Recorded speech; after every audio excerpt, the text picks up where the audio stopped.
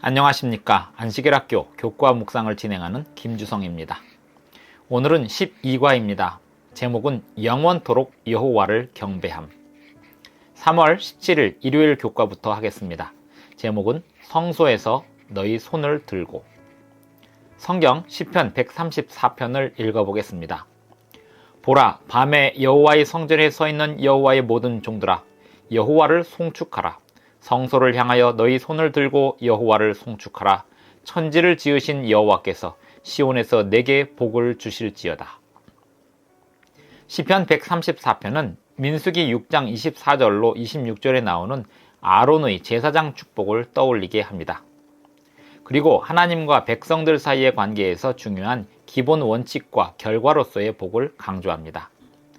백성들은 성소에서 하나님께 영광 돌리고 하나님은 시온으로부터 백성에게 복을 주십니다.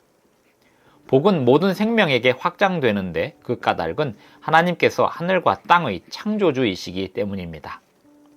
시온이 특별한 축복의 장소로 언급됨은 하나님과 백성들 사이의 언약 관계를 분명하게 보여줍니다. 이스라엘 백성들이 하나님께 영광 돌리는 특권과 하나님께로부터 받는 복은 은혜의 언약 안에서 이루어집니다. 시편은 종종 예배하는 백성들을 묘사할 때 하나님의 종들이라고 묘사합니다. 보라, 밤에 여호와의 성전에 서 있는 여호와의 모든 종들아 하는 말씀은 레위 자손 중 성전 문지기를 언급하는 말 같기도 합니다. 또는 주야로 하나님을 찬송하는 직분을 언급하는 것일 수도 있습니다. 이스라엘 백성들이 보이지 않는 하나님을 찬양했기 때문에, 그리고 그 하나님은 어떤 형상으로도 나타낼 수 없었기 때문에 성전이 하나님의 영광을 나타내는 곳으로 여겨졌고 죄인들이 거룩하신 왕께 나아갈 수 있는 안전한 환경이라고 생각되었습니다. 이렇게 이루어지는 만남은 하나님이 가르치신 일이었고 하나님의 율법과 규례로 시행되었습니다. 베드로전서 2장 4절 5절을 봅니다. 사람에게는 버린 바가 되었으나 하나님께는 택하심을 입은 보배로운 산돌이신 예수께 나아가 너희도 산돌같이 신령한 집으로 세워지고 예수 그리스도로 말미암아 하나님이 기쁘게 받으실 신령한 제사를 드릴 거룩한 제사장이 될지니라. 신약성경 베드로전서에 기록된 이 말씀은 시편의 개념과 같은 개념입니다. 하나님의 백성들은 거룩한 제사장이 되어 주님이신 그리스도 예수께 찬양과 감사를 드립니다. 창조주이시오 구세주께서 베풀어 주신 모든 선한 일에 대한 찬양과 감사를 드리는 것입니다. 성소에서 하나님을 찬양함에 대하여 생각할 때 함께 생각해야 할 내용에 대해서는 선지자와 왕 50쪽의 글을 읽습니다. 하나님께서 그들이 그 전에 함께 모여 당신을 찾고 저희 죄악들을 고백하고 서로를 위하여 기도할 때에 그들과 만나시겠다고 약속하셨다. 그러나 하나님께 예배하러 모이는 자들은 모든 악한 일을 버려야 한다. 그들이 신령과 진리의 거룩함의 미덕으로 하나님을 예배하지 아니하면 저희의 모임은 아무 유익이 없다. 그에 대하여 주께서는 이 백성이 입술로는 나를 존경하되 마음은 내게서 멀도다 사람의 계명으로 교훈을 삼아 가르치니 나를 헛되이 경배한다고 선언하신다. 하나님을 예배하는 자들은 신령과 진정으로 예배하여야 하는데 이는 아버지께서는 이렇게 자기에게 예배하는 자들을 찾으시기 때문이다. 3월 18일 월요일 교과입니다. 제목은 새 노래로 여호와를 찬양하라. 다음 구절들을 읽고 공통점을 찾아보겠습니다. 먼저 시편 33편 3절입니다. 새 노래로 그를 노래하며 즐거운 소리로 아름답게 연주할지어다. 시편 40편 3절을 봅니다. 새 노래 곧 우리 하나님께 올릴 찬송을 내 입에 두셨으니 많은 사람이 보고 두려워하여 여호와를 의지하리로다. 시편 96편 1절을 봅니다. 새 노래로 여호와께 노래하라. 온 땅이여 여호와께 노래할지어다. 시편 98편 1절을 봅니다. 새 노래로 여호와께 찬송하라. 그는 기이한 일을 행하사 그의 오른손과 거룩한 팔로 자기를 위하여 구원을 베푸셨음이로다. 시편 144편 9절을 봅니다. 하나님이여 내가 주께 새 노래로 노래하며 열줄 비파로 주를 찬양하리이다. 시편 149편 1절을 봅니다. 할렐루야 새 노래로 여호와께 노래하며 성도의 모임 가운데에서 찬양할지어다. 이 구절들은 새 노래로 노래하라고 호소합니다. 새 노래는 무엇을 말하는 걸까요? 새 노래의 필요성은 온 세상을 통치하는 하나님의 권위와 주권에 대한 신선한 인식과 하나님의 창조와 구속으로 세상을 돌보시고 구원하심에 대한 새로운 감사를 드러내기 위함입니다. 죽음으로부터 그리고 원수로부터 구원을 받고 하나님의 특별하신 도움을 받은 일은 새 노래를 부를 수 있도록 더 많은 개인적 동기를 갖게 합니다. 다른 노래들도 하나님의 인자하심과 경이로우심에 대한 찬양이긴 하지만 새 노래는 기쁨을 다시 소환하고 하나님께 새롭게 헌신하려는 서원을 표현합니다. 하나님의 구원하심에 대한 새로운 경험은 하나님을 창조주와 왕으로서 인정하도록 고무시킵니다. 새 노래를 호소하는 시편들의 공통된 주제는 하나님을 신뢰함이고 다른 모든 것들과 더불어 하나님의 경이로우신 사역에 대한 찬양이고 고통에서 건지심에 대한 찬양입니다. 새 노래에 대해서 다른 성경절들에서 추론을 이어가 보겠습니다. 이사야 42장 10절로 12절입니다. 항해하는 자들과 바다 가운데의 만물과 섬들과 거기에 사는 사람들아, 여호와께 새 노래로 노래하며 땅 끝에서부터 찬송하라. 광야와 거기에 있는 성읍들과 게달 사람이 사는 마을들은 소리를 높이라. 셀라의 주민들은 노래하며 산 꼭대기에서 즐거이 부르라. 여호와께 찬송을 돌리며 섬들 중에서 그의 찬송을 전할지어다. 요한계시록 5장 9절을 봅니다. 그들이 새 노래를 불러 이르되 두루마리를 가지시고 그 인봉을 떼기에 합당하시도다. 일찍이 죽임을 당하사 각 족속과 방언과 백성과 나라 가운데에서 사람들을 피로 사서 하나님께 드리시고. 하나님의 백성 이스라엘은 이렇게 묘사됩니다. 시편 148편 14절에서 보듯이 그를 가까이 하는 백성이라는 것입니다. 모든 세상 중에서 이스라엘은 가장 특별한 위치에 있어서 하나님을 찬양할 특권과 의무를 가진 백성이라는 뜻입니다.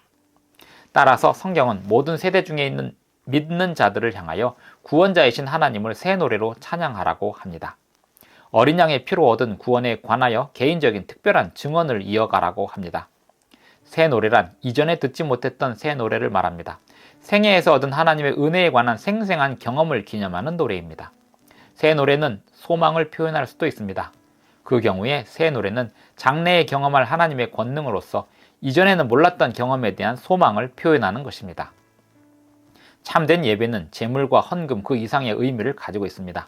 하나님과의 생생한 관계이고 언제나 새롭고 역동적인 관계를 말합니다. 어떤 의미에서 새 노래는 새로운 표현이라 할 수 있습니다. 매일 하나님께서 행하신 일에 대한 우리의 감사와 사랑을 새롭게 표현하는 것입니다. 가려뽑은 기별 1권 151쪽의 글을 읽습니다. 주님께서는 저들에게 선한 감동을 주사 든든하게 하시며 저들 자신을 주님께 전적으로 바치기를 바란다. 아, 나는 얼마나 간절히 영혼들이 회개하는 것을 보며 저들이 새 노래 곧 우리 하나님께 찬양하는 노래를 듣기 원했던가. 3월 19일 화요일 교과입니다. 제목은 주여 누가 주의 장막에 거하리이까. 시편 15편은 이렇게 시작합니다. 여호와여 주의 장막에 머무를 자 누구오며 주의 성산에 사는 자 누구니이까. 그 다음 내용을 보면 하나님께 경배하기에 합당한 자의 특성에 대해서 나옵니다. 하나님의 율법과 선지자가 이미 요구했던 사항들에 대한 요약입니다. 정의를 행하는 행동과 마음속에 품은 품성이 하나님의 행동과 품성을 반영하는 사람입니다. 성소는 거룩하고 그 안에 있는 모든 것들이 제사장을 포함하여 다 성별되었습니다. 그러므로 하나님이 임하시는 성소에 들어갈 때 거룩은 엄숙한 요구사항입니다. 이스라엘의 거룩은 종합적으로 이루어져야 했습니다. 예배와 윤리와 행동이 생애의 모든 면에서 종합적으로 거룩해야 했습니다. 율법은 하나님의 백성들이 그들의 위대한 사명을 성취하도록 하기 위해서 제공되었습니다. 그 위대한 사명은 제사장 나라로서의 사명입니다. 왕같은 제사장직은 하나님 앞에서 거룩하게 살아가는 것을 말합니다. 그리고 언약의 복을 다른 모든 나라에게 전파하는 것을 말합니다. 거룩하다는 것이 무엇을 의미하는지에 대해서 시편 24편 3절로 6절을 읽어보겠습니다.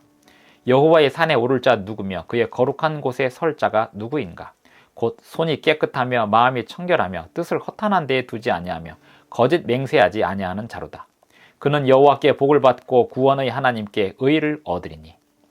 이어서 시편 101편 1절로 3절도 보겠습니다. 내가 인자와 정의를 노래하겠나이다. 여호와여 내가 주께 찬양하리이다. 내가 완전한 길을 주목하오리니 주께서 어느 때나 내게 임하시겠나이까. 내가 완전한 마음으로 내 집 안에서 행하리이다. 나는 비천한 것을 내 눈앞에 두지 아니할 것이요 나는 그 어느 곳도 붙들지 아니하리이다. 완전한 마음이 하나님께 예배하는 자의 가장 중요한 특징입니다. 히브리어로 타밈이 완전한 이란 뜻입니다. 이 뜻은 완전함 그리고 온전함이란 뜻입니다. 에스겔 15장 5절에 완전한 포도나무는 온전하고 손상되지 않고 튼실한 것이었습니다. 희생제물로 드리는 동물도 완전해야 했습니다. 흠이 없어야 했습니다. 욥기 36장 4절의 완전한 말이란 진실한 말을 의미했습니다. 그리하여 시편 24편 4절의 완전한 마음은 순수하고 완전하고 진실한 마음을 말합니다. 완전한 마음은 하나님을 찾는 마음이고 하나님의 용서하심으로 회복되는 마음입니다. 흠없는 생애는 하나님의 은혜와 의의를 깨달음에서 나옵니다. 거룩한 은혜는 하나님의 종들로 하여금 하나님을 두려워하게 만듭니다. 그 의미는 하나님과의 교제가 온전하게 되고 그 말씀에 복종하게 됨을 말합니다. 헌신하고 경건한 생애는 하나님을 찬양함이지 자기 자신을 찬양함이 아닙니다. 시편 15편에서 말하는 요구 중에 뭐뭐 하지 아니하며 하는 식의 요구가 많습니다. 그 의미는 하나님의 호의를 얻기 위함이라기보다는 하나님과 우리 사이를 갈라놓게 하는 것들을 피하기 위함입니다. 교회증언 2권 450쪽의 글을 보겠습니다. 인간에게 주어진 기별 중에서 가장 엄숙한 것이 이 백성에게 위탁되었다. 그리고 그들이 그것에 의해 거룩하게 된다면 강한 영향력을 가질 수 있다. 그들은 하나님의 모든 계명을 지키며 영원한 진리의 고상한 토대 위에 서 있다고 공언한다. 그러므로 그들이 죄를 지으면 그들이 음란과 간음을 행하면 그 죄악은 내가 그 이름을 언급한 하나님의 법이 구속력이 없다고 하는 사람들의 죄보다 10배나 더 중하다. 3월 20일 수요일 교과입니다. 제목은 열방 중에 주의 영광을 선포하라. 시편 96편을 보면 예배의 다양한 측면들이 소개되고 있습니다. 예배에는 하나님에 대한 찬양이 들어있습니다. 그분의 이름을 찬양하는 것입니다. 하나님의 선하심과 위대하심을 선포하고 성전에 예물을 들고 들어가는 것이 들어있습니다. 이러한 잘 알려진 특징들 외에 시편 96편은 한 가지를 더 주목하는데 예배에서 눈에 띄게 드러나는 부분이 아닙니다. 그것은 복음적인 측면인데 다른 사람들에게 하나님의 왕국을 선포하는 것입니다. 시편 96편 3절을 봅니다. 그의 영광을 백성들 가운데에 그의 기이한 행적을 만민 가운데에 선포할지어다. 이어서 10절을 봅니다. 모든 나라 가운데서 이르기를 여호와께서 다스리시니 세계가 굳게 서고 흔들리지 않으리라. 그가 만민을 공평하게 심판하시리라 할지로다. 찬양하고 노래하고 예물을 가져오고 복음을 선포하고 하는 이 모든 것들은 서로 분리되어서는 안 됩니다. 예배에서 다양하게 나타나는 표현이어야 합니다. 온 세상에 하나님의 구원을 선포함은 찬양과 송축에 중요성을 부여하고 예배를 풍성하게 합니다. 예배의 이유들이 다른 나라들에게 전파된 기별과 얼마나 일치하는지 보아야 합니다. 시편 96편 4절에 보면 여호와는 위대하시니 하였고, 시편 96편 5절에 보면 만국의 모든 신들은 우상들이지만 여호와께서는 하늘을 지으셨음이로다 하였습니다. 시편 96편 10절에 보면 여호와께서 다스리시니 하였고, 13절에 보면 그가 땅을 심판하러 임하실 것임이라 하였습니다. 복음 전도의 목적은 다른 사람들과 하나님의 백성들의 연합입니다. 궁극적으로는 하나님께 모든 피조물이 함께 경배하는 것입니다. 예배는 하나님이 어떤 분이신지에 대한 인식에서 시작됩니다. 하나님이 창조주이시고 왕이시고 심판자이심을 아는 인식입니다. 그러므로 예배는 하나님의 과거의 행적, 즉 창조를 기억함이고 현재 행하시는 놀라운 일, 즉 세상을 붙드시고 다스리심을 기념함이고 하나님의 미래 사역들, 즉 마지막 때의 심판과 새하늘과 새 땅에서의 삶을 기대하는 것입니다. 시편에서 심판은 정의롭지 못하고 고통받는 세상에서 평안, 정의, 안녕의 거룩한 질서를 회복하는 것을 의미합니다. 그러므로 온 세상은 하나님의 심판을 기대하며 즐거워합니다. 여호와께서 의로운 심판자이심은 사람들이 하나님을 경배할 때 거룩하게 떨림으로 예배하도록 동기부여하고 예배를 가벼이 여기지 않도록 경고합니다. 시편 96편 9절을 봅니다. 아름답고 거룩한 것으로 여호와께 예배할지어다. 온 땅이여 그 앞에 떨지어다. 예배는 엄청난 기쁨과 만족을 포함하고 거룩한 두려움과 경외심을 동반합니다. 시편 96편의 우주적 호소는 창조주와 심판자를 경배하라는 것입니다. 이것은 마지막 때의 기별을 포함하는 하나님의 마지막 복음 선포, 즉 계시록 14장에 나오는 새 천사의 기별에도 반영되어 있습니다. 여러 면에서 시편 96편은 다음의 마지막 때 기별을 포함하고 있습니다. 창조, 구원, 즉 영원한 복음, 예배, 심판입니다. 이 모두가 들어있습니다. 시편 96편 5절을 읽습니다. 만국의 모든 신들은 우상들이지만 여호와께서는 하늘을 지으셨음이로다. 이어서 13절도 보겠습니다. 그가 임하시되 땅을 심판하러 임하실 것임이라. 그가 의로 세계를 심판하시며 그의 진실하심으로 백성을 심판하시리로다. 예배란 온 세상을 향한 복음 전파와 함께 할 때만이 온전하게 됩니다. 3월 21일 목요일 교과입니다. 제목은 하나님께서 예배를 기뻐하지 않으실 때. 하나님께서 말씀에 명시된 제물들을 받으시기를 기뻐하지 않으실 때는 어느 때였습니까? 시편 51편 16절로 19절을 보겠습니다. 주께서는 제사를 기뻐하지 아니하시나니 그렇지 아니하면 내가 드렸을 것이라. 주는 번제를 기뻐하지 아니하시나이다. 하나님께서 구하시는 제사는 상한 심령이라. 하나님이여 상하고 통회하는 마음을 주께서 멸시치 아니하시리이다. 주의 은택으로 시온의 선을 행하시고 예루살렘 성을 쌓으소서. 그때에 주께서 의로운 제사와 번제와 온전한 번제를 기뻐하시리니 그때에 그들이 수소를 주의 제단에 드리리이다. 선지자들처럼 시편 기자도 다양한 경우에 잘못된 예배를 책망하고 있습니다. 주요 요점은 하나님께서 이스라엘의 제물과 예배를 싫어하신다는 점이 아니고 싫어하시는 이유들입니다. 그 이유들은 예배와 영성 사이의 치명적인 괴리입니다. 하나님은 제물 때문에 거부하시는 게 아니라 제물을 드리는 자들의 사악함과 정의롭지 못함 때문에 거부하십니다. 시편은 제물과 예배를 배척하지 않습니다. 시편이 배척하는 것은 헛된 제물과 무의미한 예배입니다. 예배하는 자들의 불의로 드러나는 헛된 제물과 무의미한 예배가 문제였습니다. 예배에서 겉으로 드러나는 모습과 예배의 올바른 내적 동기가 서로 조화를 이루지 못할 때 의식은 더욱 불필요하게 강조되고 하나님께로 가까이 이끄는 실제 경험은 소외됩니다. 즉 예배의 형식이 목적이 되어버리고 예배의 형식이 가리키고 드러내야 할 하나님에 대하여는 대항하게 됩니다. 요한복음 4장 23절 24절을 보면 시편이 경고하고 있는 내용과 일치하는 바를 볼 수 있습니다. 읽어보겠습니다. 아버지께 참되게 예배하는 자들은 영과 진리로 예배할 때가 오나니 곧 이때라. 아버지께서는 자기에게 이렇게 예배하는 자들을 찾으시느니라.